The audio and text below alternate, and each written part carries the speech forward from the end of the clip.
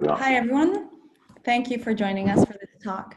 So as you all know, today's panel will be focusing on the future of art fairs. I'm Alison Moss. I'm a journalist at Le Quotidien de l'Art. It's a daily art newspaper based in Paris. So we're directed mostly to professionals of the field, and we cover topics related to the art world in general, art market, exhibitions, the gallery scene. So before we get started, I'd like to introduce the team of panelists who we'll be discussing this topic with. So first of all, we have Andrea Steuer, who's the director of CADAF, Kamiar Maleki. So Kamiar is the director of the contemporary art fairs Beaux and VOLTA, which both has been running for over 15 years now. And VOLTA has editions in Basel in June and in New York in March, while Beaux has held its editions in Miami in December. Helen Allen Smith. So Helen is the executive director of the Winter Show, which is an annual antiques and design fair in New York, and has held its 66th exhibition edition this past January. And Nanne Dekking. So Nanne was, until just a couple days ago, chairman of the TEFAF in Maastricht, and is the founder of Archery, which is a public registry for art using blockchain technology, and in which collectors can register their artworks.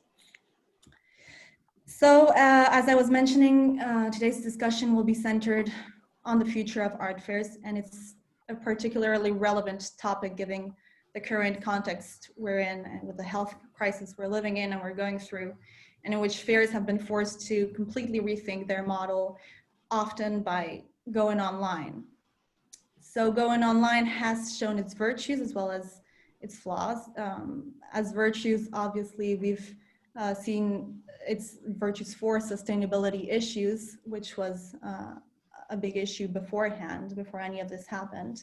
But we've also seen its the lack of human interaction, the failure to fully render the details of an artwork. So a lot of us, I think, have been asking ourselves whether this point in time represents a shift in the way fairs are conceived, and if fairs if the online format in fairs will acquire a more important role in the longer run.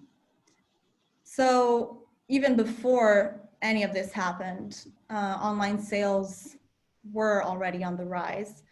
The last art market report by Claire McAndrew, published by Art Basel and UBS Global, estimated the sales of art and antiquities online to be $6 billion in 2019. So that's an 11% increase compared to last year, and it accounts for 9% of global sales in the field. So I'd like to start maybe by a question for all of you. Are any of you considering making changes in the model of your fair in the longer run due to this online shift of the market? Maybe we can start by you, Kamiar, since you've taken VOLTA online. Do you expect more permanent changes in this direction later on? Well, firstly, thank you for having me here today. Very exciting panel and very relevant, as we said before.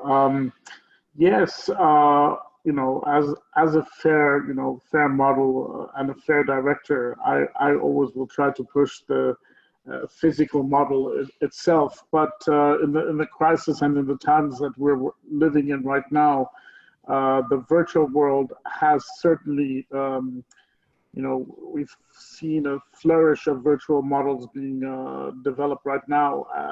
We ourselves did it. I don't think it will replace the fair model.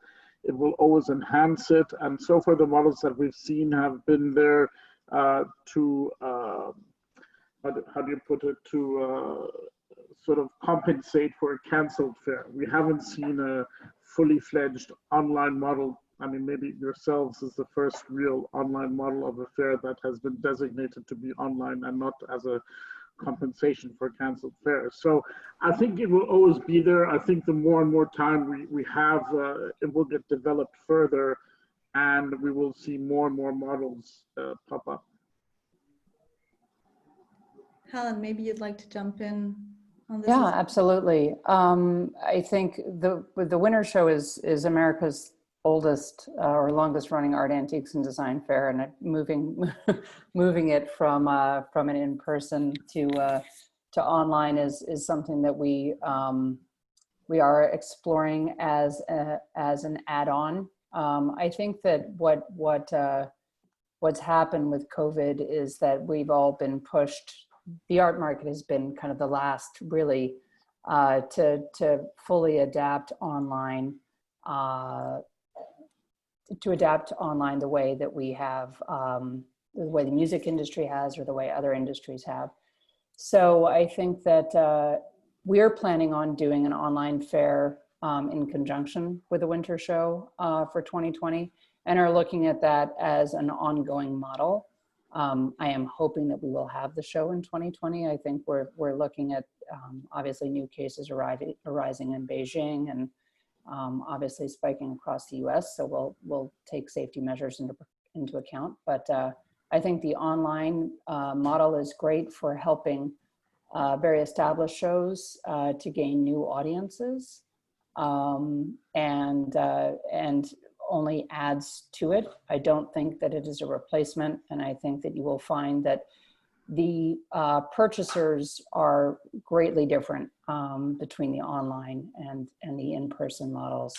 I think the online, in part, we were all hoping that we would see our collectors that are maybe most at risk in terms of their age or their health status, and look to the online as a platform for them. But from the initial analysis that we've done and the questions that we've been fielding with our collectors and dealers and their clients, we're seeing that really the bulk of the buying is happening primarily, at least with our dealers, with the kind of the younger clientele.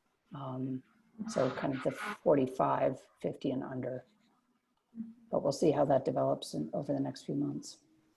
Because there's also the question of the many platforms that exist right now. It seems like since this is developing as it goes, there's been online catalogs, viewing rooms, platforms that have been created specifically for fairs. So as you mentioned previously, in this case, for instance, the format is very appropriate to the fair CADAF. So is it something that one chooses depending on the fair, the different platform that one uses for the online format? Or is there like a winning format that works best and caters to a broader range of collectors? Maybe Andrea, that would be more for you. Sure. So thank you all for joining us today in this panel. I'm very excited to be here speaking with all of you. And so for us, for CADAF, it's been like a very interesting experience. We think that we had it in the back of our minds that since the nature of our art is digital, it was something that we had thought about doing, but I do think that the COVID crisis definitely gave us the push we needed to go completely online and making kind of true to our medium. So it has definitely been very interesting, and we have seen all the platforms arise and all the online fairs and all the viewing rooms.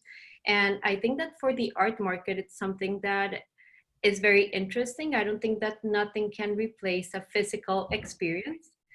But I think that the online component, what we have pushed for doing at CADAF, is to really try to recreate the social aspect and the art fair buzz that you really love going to art events, because you see people, you run into things you didn't know you were going to run, and it's a sense of discovery and being with other people. So I think that one of the things we're pushing is really making the fair a social experience. We don't want anyone to feel alone navigating it, because there's nothing nicer than going around with your friends oh, look at this, I love this, oh, let's take a picture, or I don't know, there's a sense of social that we thought was very important.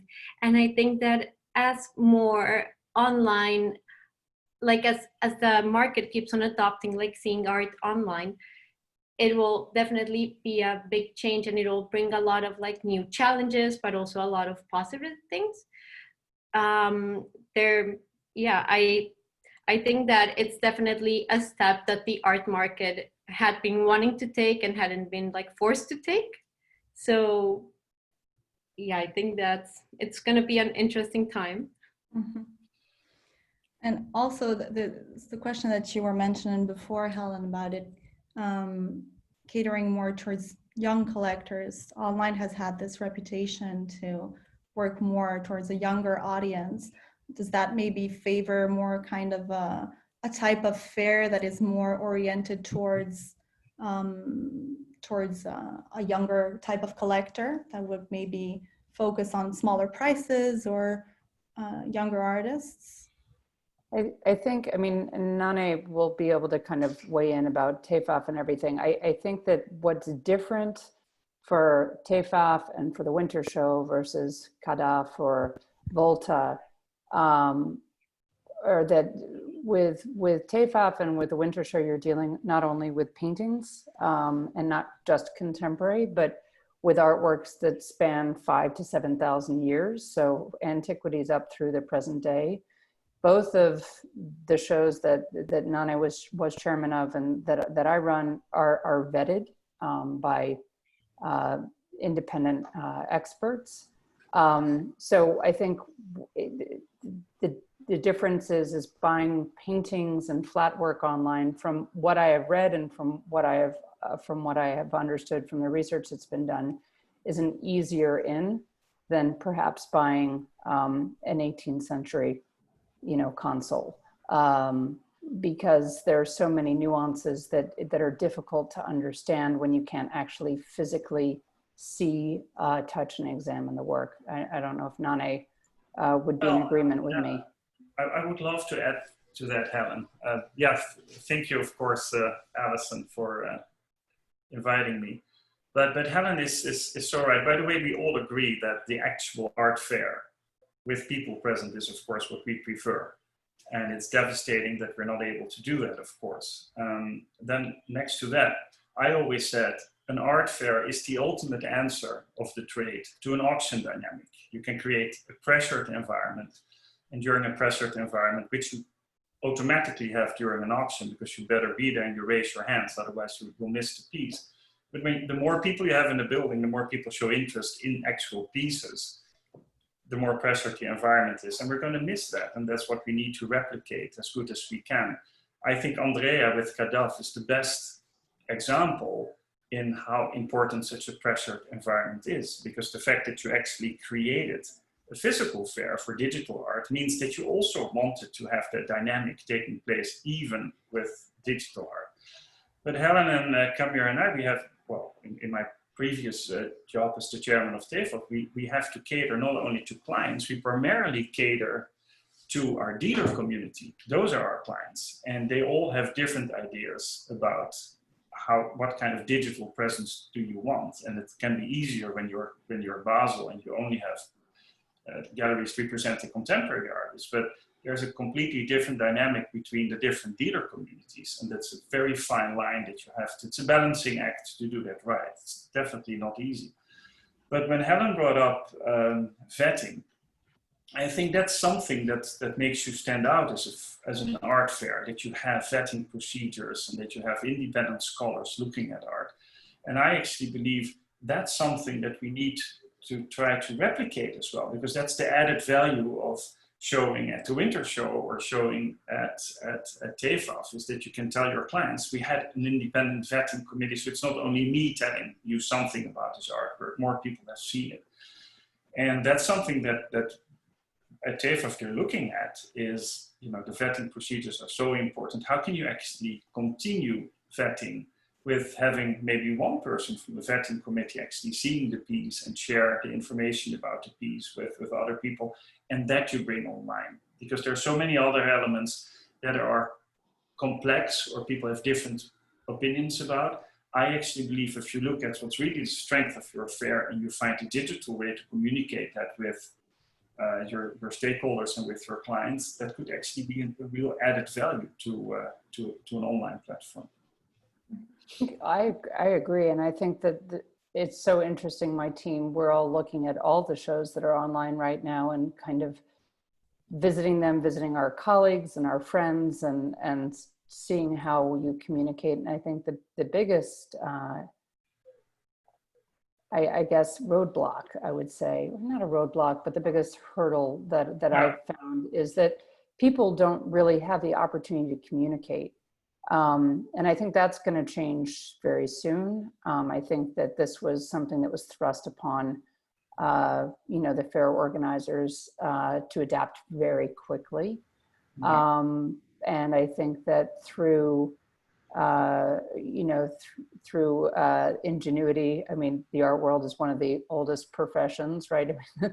Gallerists and so forth. And I think that everyone is looking for ways to evolve, and I think we'll figure that out. But I do think that that's something that is missing. I'm looking forward to, Andrea was saying that this is going to be a dynamic gathering place, and I'm looking forward to seeing that. I know that this week there's, I think one of the fascinating things is that there's so many art fairs, right? It's online. This week is the you have Basel, you have Masterpiece, you have the Antique Dealers Association in America, the new. So it's NAADAA is the acronym. So it's, and seeing how they're all adapting and what platforms they're choosing to use, and then kind of understanding the exhibitors, because this is in addition to their daily work, how they have to kind of adjust to moving online quickly. And for smaller galleries, I think it can be more challenging because of potential roadblocks. Of course, online and digital art being very different, but. And there's two types of online art fairs as I see it right now. There's the CADAF version, and then there's the version of the replacement art fair. CADAF actually, the one of the things which is very interesting for me when I see the CADAF version is that it's actually seen as a revenue model. So you actually get payments from galleries, you get payments from artists, so it's there as a practical art fair almost, it's just online. While the other art fairs that we have seen so far, Basel, Frieze, etc., is on the cost of the fair as a compensation for not having had their physical fair. And this is where the main difference is going to happen in the sphere is, and the respect that you're going to get is when people are going to pay money to be on your site in order to sell further online, while in things like, let's say, even virtual VOLTA, it's for free, access is for free, you give us your pieces, it's very heavily curated, but it's for free. And to answer earlier questions as well about the demographic of collector bases, I actually think it's not just the younger people who are buying online right now. People have so much time at their hands that you'll have a very broad range of collectors who are sitting at home looking at PDFs, looking at online sales, looking at auction houses. And there's a lot, I've been talking to a lot of my dealer friends, and there's a lot of transaction going on under 200,000 below and even above.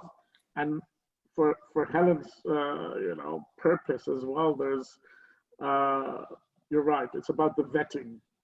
For online fairs, you have to have a strong selection committee that people trust and know that these pieces have been vetted in order to make it a successful fair. Yeah, I think it's confidence to buy, and that's the vetting, and at least the gravitas of your umbrella organization. But it's also interest. I find it, Andrea and I had a talk about it because of the CADAF fair, and Artie is involved in that, my company is involved in that. It's like, how do you actually express interest? Because that's what's really amazing. I remember when I was still at the Wildenstein Gallery and we participated at the TEFAF fair in Maastricht. For me as a dealer in all master paintings that I was in those days, to actually see 5 people interested in the same piece right in front of you created a completely new dynamic for me. That's the power of an art fair. Whereas at Wildenstein, I was used to go to this big viewing room, always me and the client, and that was it. So how can you ever create a pressured environment, because these people leave the building thinking nobody else will see this painting ever again. And with Andrea, we were thinking, if you really allow people to leave a mark, like I'm interested in the painting, it's complicated because there will be so many paintings without a mark, which is a bit painful.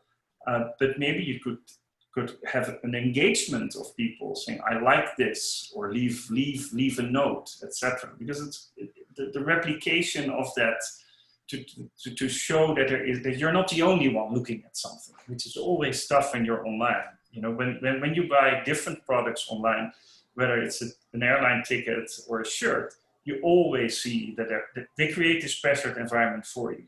You know, there are only 3 tickets left at this price. And how can you replicate it in a more sophisticated way for art? It's going to be one of the questions that at least fascinates me. Yeah, I think. Sorry, go ahead.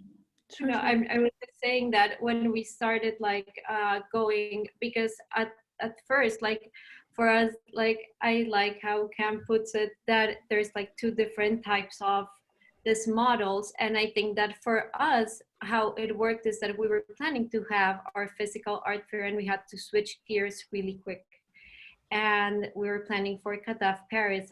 When everything started, we were planning to be in Paris very soon. Right now we would be there, I think. So it was something that had to happen really quick. And then as soon as we were doing some testing and thinking about how to actually, because it's not about replicating an experience. I don't think that is the right way to look at it. We don't want to replicate reality. We want to translate some key reality points and make them digital without replicating something that you can see in real life, but just giving a new experience beyond. So when I talked to Nanne a couple of months ago, I can't believe it, and we're going over the experience and how to replicate people being interested in certain art pieces and how you can actually view some art pieces. It was very helpful to think about how to create a heat map, because in physical art fairs you see people gathering, or you see people going somewhere, you see booths are full, so you're oh, I have to come back to this one. And so I think it's more an exploration, and as we always say in the team, it's an experiment that we hope will go well, but it's definitely something that the more people that are interested in one thing, the more that other people are interested in that thing. And that's something that we're testing right now, and we've seen that it's been really good. But thank you, that was one of the best tips we ever gotten. Well, tips are easy if you don't come with the solution, right? I thought, it's interesting. I don't know how many online fairs everyone else has visited. I've been trying to just look at them to understand the model, and also looking out of curiosity for my little art buying habit. But in terms of, some of them do show when works have been sold. Some of them don't seem to show when works have been sold. I noticed that with some of the larger fairs, what I found somewhat interesting was that the mega dealers were doing really well online, whether or not that was that they were pre-sold or they were sold, via phone before the things went live, or whether or not they were sold online during the run of the show. But the bigger, very well-known dealers were doing well online, whereas some of the kind of the smaller dealers hadn't sold a thing. And I wonder, with us all having, our 3-second attention spans and having everyone competing for space and time online, was that because those larger galleries have dedicated staff that are able to just spend time doing nothing but marketing? I think that one of the interesting things for the art world moving forward will be how to democratize these platforms so that everyone has as much of an equal chance as the big fish. And I don't know if that's possible. It's a question. I think like when you look at, first off, to answer one of your questions, I think the freeze model was the most interesting one that I found, which is they really put it in different categories of age, sex, gender, price range. That was the very interesting thing for me as well. That I know this was one of the topics we're going to talk about later, which was about the opening the price range and making it more regulated. But I actually think that it is democratized, because when you enter, let's say, Basel online viewing room, you're going after a gallery that you know or not. So it's not really, they don't have any sponsored advertisement galleries there, or you're looking for specific pieces. It's very hard to scroll and really find something. So this is why these kind of models are, I still think we're a few years behind to having a real virtual reality fair. I've been talking to a lot of companies right now. I've been approached by maybe 8 in the last month who are developing virtual reality art fairs. And it's fascinating to see what they are, but they're still not there yet. And again, CADAF was one of the only ones where I could see a little bit of interaction. But again, that has to be developed with time. It's a question of how much resources you're going to put into it, because this technology is still very expensive, and what you get out of it as well.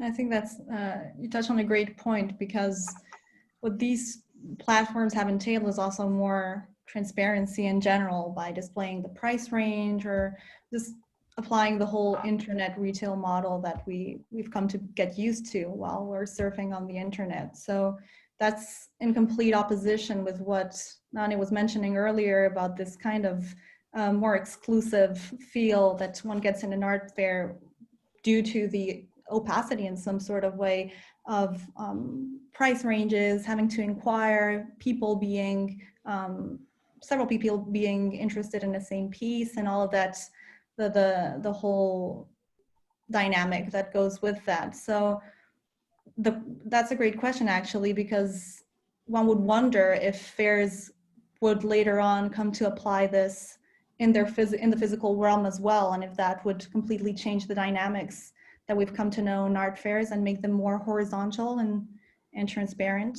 and democratic. Well, but maybe part of the answer is what Helen just said, right? Is why are these big dealerships apparently doing better? And that has been my observation as well. It seems that they have sold much more on these online platforms. I actually believe the online platform as such is not the only place where the sale takes place. I think the bigger dealers have a bigger support system. And what the online presentation does is just triggers to communicate with the dealership. It's also important that it's not the TEFAF as such that you're engaged with, right? You go to the dealer individually. TEFAF doesn't have the online platform yet, they're working on it, but the fairs that already have the online platform, it's the actual dealer who does the deal in that specific space. So I think the engagement is still so important. It's not only the digital element, it's also, does the digital element trigger me to get actually in touch with someone over there and to reveal who I am, so that the dealer can also feel more confident, I want to engage with this person or not, which is maybe for smaller players more cumbersome, because you're just there by yourself or with one other person and manning the gallery that doesn't exist anymore at the moment, with all the logistical complications you already have during the COVID crisis. I think it's an important question to ask, because it would also force you to present yourself in a certain way online. Mm-hmm. So again, no solution here, but I think it's a question that we should ask ourselves. Yes, but also, one interesting question on the counterbalance of the big galleries. What would be interesting to see, and this is where it would be cool for someone like Art Basel to give these kind of data out there, is how many of, let's say, the Gagosians, how many sales that they have made over this week, how many are new clients or how many are old clients. That would be an interesting statistic to see. The fact that they have a team of thousands of people that are selling for them on a daily basis. So they could be working on you know, having sold a piece from 5 months ago and then just put it online there to make themselves look good. So, and also if, did they have the same booth online versus the same booth that they were going to sell in Basel, you know? Right. So it's different I questions. agree. Those are the good, yeah. Who bought the $450,000 watch online? Someone who had already bought 12 watches, having seen the physical one from a specific expert at Sotheby's, or is this just a new buyer who for the first time bought a very expensive watch?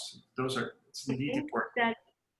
That is one of the things that I find most interesting of it all, is that right now it's a moment for the art market to gather a lot of data and to do a lot of experiments and to gather a lot of data that maybe wasn't possible in previous art fairs.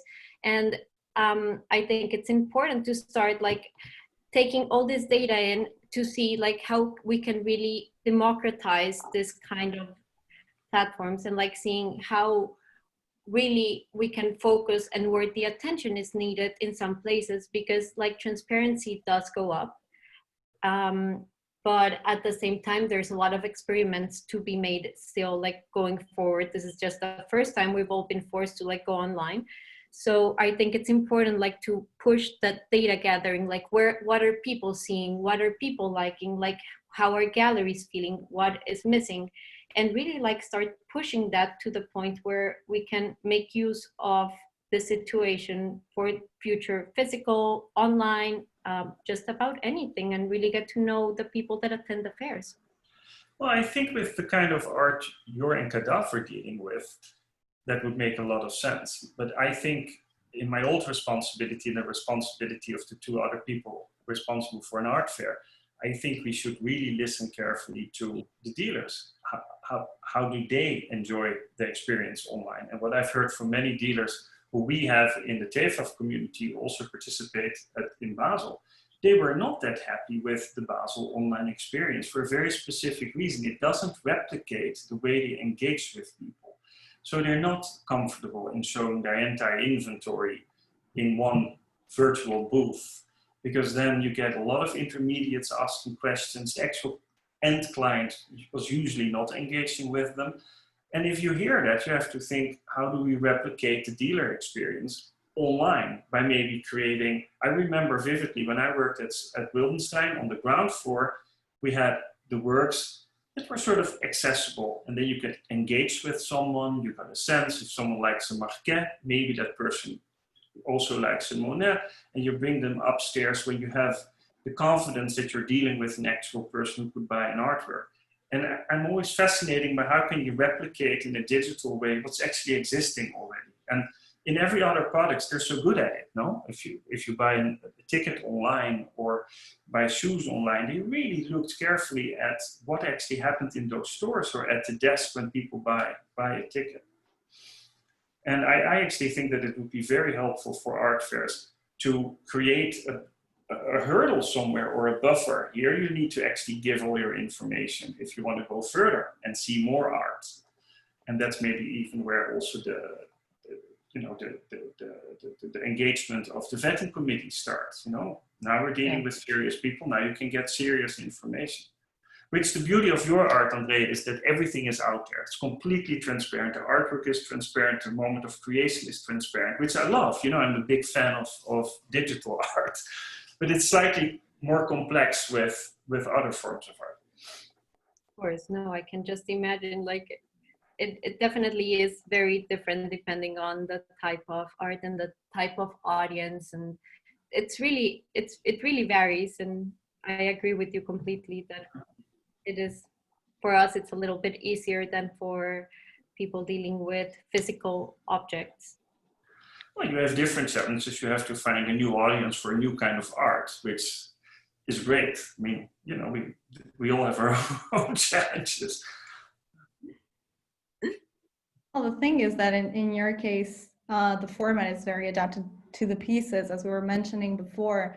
But to touch back on what we were speaking about this whole encounter missing from the experience of the art fair, which I've heard from as well from dealers, it also poses the question of maybe consolidating most known artists, better known artists, because of the fact of this whole search method in which one directly goes to find what one wants and clicks on, or types in a name that one already knows, instead of just strolling around a fair and stumbling upon something that one just then likes and starts in speaking to the dealer and getting to know the piece better. So there's also that question whether this will also change the artists that are on the rise and that strive in the future.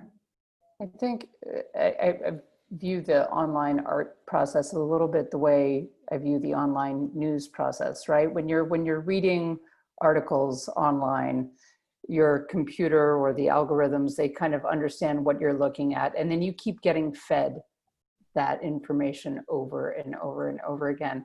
And so you have to actually search. The good thing about getting a newspaper is you open it, necessarily be interesting. I think you'd be interesting that your eye and you read about it and you find yourself interested in something new. The online platform, in my experience, does not allow for that kind of happening across something new.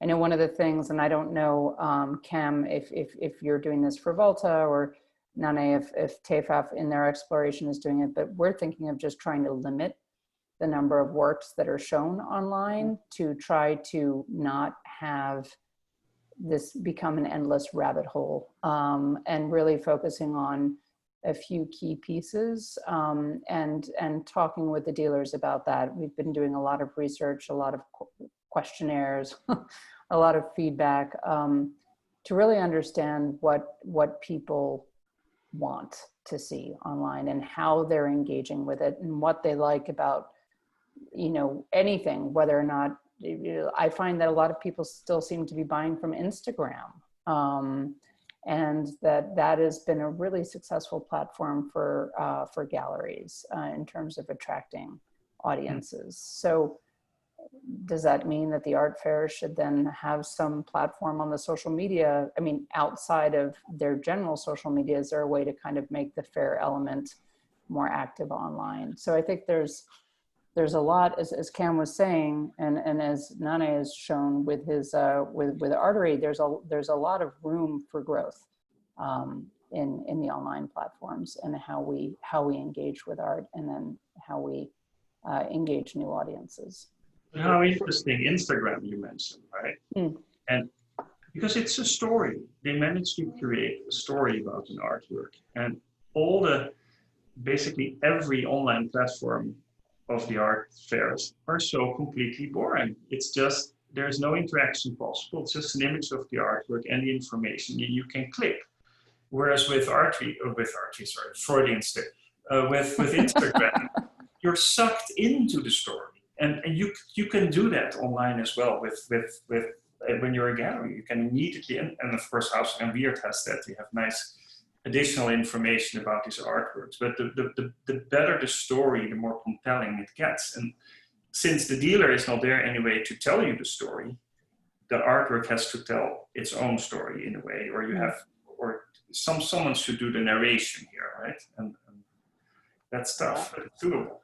For us, what we did is we asked galleries of 2019 and 20 to each propose one work or two works, and we would select which one work we would put on the website, and then every week we would add a different gallery, so it would constantly change. And I believe a lot in Instagram. You know, I was one of the first people to curate the shows on how to buy, sell, and research art on Instagram. Really? Yeah, it was #abstract. It was in 2015.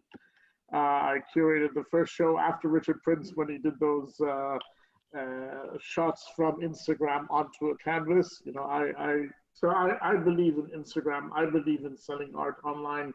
I believe in engaging, communicating, and interacting with different sets of people. I don't like the sexism. I don't like the ageism. I really, you know, part of our job as fair directors is to give a platform for, as you said, the dealers to sell. You know, our clients are the dealers, the collectors are the bonus, but our clients are really, we have to create a showcase for them to sell.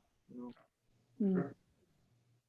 Yeah, I think keeping the interest is one of the main problems or focuses of online fairs, because it's so easy to make people come, but then it's not that easy to make people stay. And especially as I think you were mentioning, Helen, earlier, the saturation of art fairs, which are all running simultaneously, one would think things would slow down and people would take more time, but it's been quite the contrary, really. So it's really a great question, how to keep that interest going, how to keep people coming back and or staying into those platforms.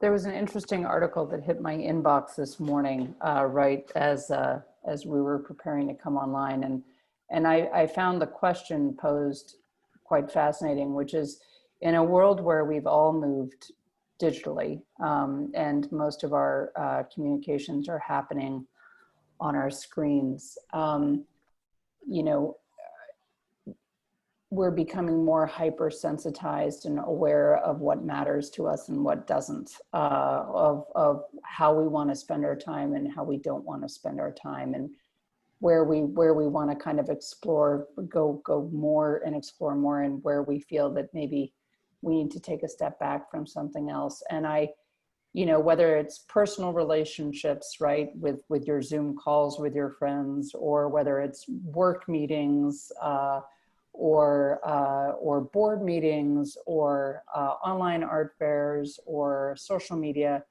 we're all right now existing on this one flat screen, and it's really changing how we all view the world. I mean, I'm watching, I have 2 kids, and how they're, in just 3 months, how their whole world has kind of evolved and changed. So I think what we need to do in terms of the art world is we have to ensure, and Andrea, it sounds like you've worked with Nanne to kind of come up with a really great platform, and I'm excited about the show launching and seeing all the programs.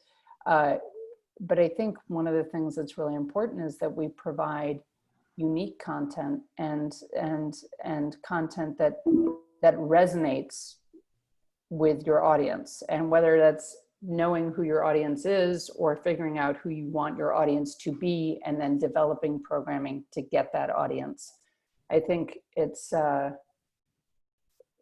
lot. It's a big hurdle right now, I think, for the art world to have to kind of navigate both because by nature we're social creatures, and the art fair is, as Nanne had said, puts that kind of builds that buzz and that demand, that need for making a decision quickly, and I think it's going to be hard for us to figure out a way to make that as relevant online, and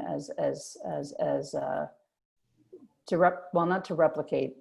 Andrea, you're right, you can't replicate it, but how to kind of reinvigorate that feeling of urgency. And this is why I think we're not there yet. I think this platform is at the very, very early stages of development. It was brought upon us by the crisis. We had to act fast, and we had to develop something that would engage us in our time of idleness, you know. But, you know, before we will have about 380, 400 art fairs a year. You know, now we'll have the equality in time, but also on Zoom calls or Zoom panel discussions or Zoom, you know, so it's a part of our nature to stay active. But one of the sayings I love is, if you don't innovate, you die. So it's a question of constantly innovating yourself, constantly trying to bring new aspects to the talk, like what CADAF is doing is with the virtual interaction. That isn't out there yet. It might still not be fully fledged ready, but you know, it's at least the beginning of trying to see who's in the art fair, who's in the gallery, who's in the space. But yeah, it's going to be a long process, but I can't wait to see the first real, because I've been talking to some very interesting companies, and it's interesting to see what's out there. I think that there's still a long road ahead for the invention of the perfect solution. And I think that right now just experimenting, but I don't think anything will ever substitute a real life event. I don't think that you can ever fully replicate it without like being able to see people around you like in real life. And it's funny because we always say like, yeah, we deal with digital art, but the worst way to see digital art is on a screen to a point. So because it's about like getting immersed in it, it's about interacting, it's about like I think that the digital medium by itself is a collaborative medium since the beginning, because it involves tech, it involves art, it involves science, it involves like so many things that come into it that by nature it's designed to be collaborative and something that brings a lot of things together. So I agree with Cam that this might be a good first step, but there's still a long way to go until we figure out how to fully embrace the online art fairs and experience them the way we like to experience them, because that's what it's all about. Yeah, and what I notice is I also don't want this to be really happening, right? I just want this to be over. So do I really want to think so deeply about what would be the ultimate online art fair? The way I still think about it is that it could help us now, and it would actually continue to help us when we go back to normal as a digital present that we needed 5 years ago or 10 years ago and never managed to get off the ground because the dealers were not really that much interested in it. But to be fully honest here, I just don't want it to work. I just want to go back to normal. I agree with you, even though we want it to work right now, but I think... I always forget my mask when I walk out the door because I just don't want it to be the reality. But you're right, it is the reality, and good things will come out of it. But there's a lot of competition right now because so many fairs were postponed, so everything is now happening online. All the auctions were postponed, they're happening online. Now museums have become competitors because the museums need to be online. They have their curators do interesting things online. It's so much. And Helen just said, you know, we do everything online. I'm seeing my trainer online. So when it's 6:30, I'm so exhausted by seeing you guys online, my colleagues online, everyone online. The last thing I want is to watch a curator to frick online. It's like, it's so much. There's so much being offered right now. Sorry, Cam, yeah. One thing that has done though is something which I advocate a lot for as a collector, as a fair director, is it's made art accessible. And this is what you want. You really want to make art accessible for all kinds of generations, all kinds of people, all kinds of social class. You know, it's just a freedom for people. And this is what I love about this moment, is that it's up to you how engaged you want to be in this world. And the fact that everything is open and available is actually a good thing. Maybe the trainer, not so much. May give a huge boost when things are coming back to normal. Yeah. Right. I think that one thing that I like to keep in mind is we want to have online and offline events, both. And I think that what moving forward, like at least in my head, what I'm trying to figure out is how to make this digital, like the online component, really benefit the physical art fair and not just replicate the physical art fair, but have a different experience supporting the physical art fair. So I think that we really want to do our physical art fairs again, and we just kind of need to figure out how to use the online in a way that is not just having the same paintings that you're showing in the fair, or like how to like really use it to make a more rounded experience that attracts more people and more people can be part of. Because I do agree that this has definitely made each local event a global one. That is a very interesting thing to see. That's a great question. How would complement? Absolutely. Yeah, good point. And by the way, I believe that when we have our first physical art fairs again, hopefully November, December, we don't know yet. March in Maastricht. The only thing we know, there will be different. They will still be different until there's a vaccine or something like that, or a really good medication. It will be different. And how can you then add the digital element to it to make this much smaller events that can happen a success? Is how does that tie into each other? I'm sure we also, Dominique Levy, when this all started, when she started talking about art fairs will not happen anymore. And I actually liked what she said. And I've been even misquoted in the newspaper. Nanne believes there will never be an art fair again. Oh, of course I don't believe it. I want an art fair tomorrow, and the biggest and the grandest now. The only thing is you need to think, what kind of art fairs can we actually pull off if you talk about the physical ones, because the physical presence will still be needed, and the Armory will hopefully see a TEFAF fair and a winter fair soon, but we also know they will be different. Well, I think that you raise a very interesting point, Nanne, and I talk with Sophie, who's the director of TEFAF, regularly. We have all of us that are doing the shows at the Armory have like a task force that we started, and we're all working together. Isn't that already a huge advantage of what happened? That all these artists are now actually talking with each other. Yeah. Well, I mean, I've always done that. I think it's very useful and helpful to kind of just best practices. But to your point about, and to Andrea's point about, you know, how to supplement the online with the digital, you know, one thing, I don't see anyone wanting to sit in a, you know, a lecture hall or a theater type setting environment anytime in the near future. And so for us, as we're looking forward in the surveys that we've done, we're looking at, you know, the fair as the in-person experience, supplemented by an online, but in a more limited fashion, as I mentioned, but having the programming be something that would be online, because you're not going to get people that are going to want to pile into a room and sit, you know, 2 feet apart from each other while there's no vaccine. I mean, I'm not even in my 50s, and I still wouldn't want to do that. You know, I'm not in a high risk category, and I still wouldn't want to do that. So I think really understanding and agreeing with you both that we need to work, at least in the short term, at figuring out a way to safely have a new normal for our shows and encourage people to explore the work and really engage with it directly.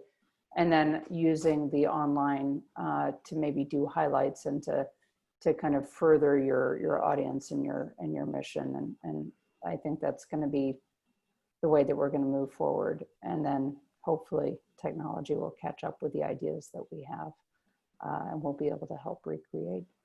I mean, so for Basel, which we unfortunately had to cancel last week, we had social distance measured the fair and completely changed our layout, the way the signage was, the way it's been going in, going out, looking at some of the models that the shops have been going through. So it's been an interesting experience to going through that, because, you know, at the end of the day, you know, health and safety is really the most important thing that there is for our clients, collectors or dealers. So yeah, we took a lot of effort into really, you know, my organization that I work for very well. So, you know, it's something we don't take, you know, lightly.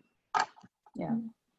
Well, I think it's a great place to end the conversation. And one of the key points I think we can all agree on is that there is an irreplaceable factor to physical fairs. And although there's obviously going to be an evolution due to the times we're living in, and that it's probably going to be long lasting, physical fairs and the physical relationship to art is essential. So I'd like to thank everybody for being here with us today, and CADAF for organizing this conversation. And you. Thank you. Thank you. And where are you located? Barcelona. I should be in Paris. I was telling Cam, you're in Barcelona? Yeah, actually my family's here. So my family's here, and I had to take care of some paperwork. So it was a great excuse to come and stay 2 weeks due to quarantine. I was supposed to be quarantined 2 weeks. Okay, so you're in Barcelona. And Cam, where are you? I'm in London. You're in London. Okay. And Nanne, where are you? I'm in Brooklyn. Brooklyn Heights. Brooklyn, nice. Yeah. Where are And you, today, Helen? apparently, things are opening up a little bit, but I don't know about you guys, but I'm from Holland, and my friends in Amsterdam so far, the last 3 months, they had the best weather possible. They didn't take this, they did take it seriously, but they didn't seem too much. I mean, we were so much affected in New York and London as well. And it seems to open up. My friends in Paris were all partying yesterday. I was seeing so many pictures of thousands of people together. I've never seen that in Paris before. So I think the second wave, it's good if it happens now, and then we're finished by November so that we can concentrate on our fairs. Exactly. My next one is in Miami, so hope to see you guys there. I can tell you, if we can't travel, I'll be there. Helen, maybe we catch up one day. It would be nice to sit I in would the love park with a little to. bit of distance, huh? Yeah, I'll shoot you an email. I would love to catch up. Same been a here, while. same here. Thank Helen, Been you. a while. And Thank you so Andrea, much. good luck. I'm so Everyone, excited for stay CADAF. safe. Thank you so much Thank you all being for here organizing. and joining us Good seeing today. you. Thank you. Bye. Great to see you, Helen. Great to see you, Cam. Good luck. Thanks. Bye. Bye.